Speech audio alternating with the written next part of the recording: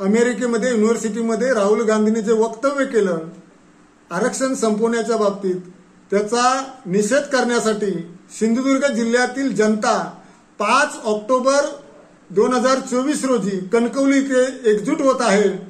या निमित्तानं मी सिंधुदुर्ग जिल्ह्यातील आणि कणकवली देवगड वैभववाडी मतदारसंघातील सर्व आरक्षणाचे लाभ घेणारे, त्याशिवाय संविधानाला मानणारे आणि ज्यांना ज्यांना काँग्रेसचा तिटकार आहे आणि राहुल गांधींचा निषेध करण्यासाठी यावंसं वाटत असेल, त्यांनी सकाळी 5 तारीखला 10 वाजता कणकवलीमध्ये मोठ्या संख्येने उपस्थित राहायचं आहे।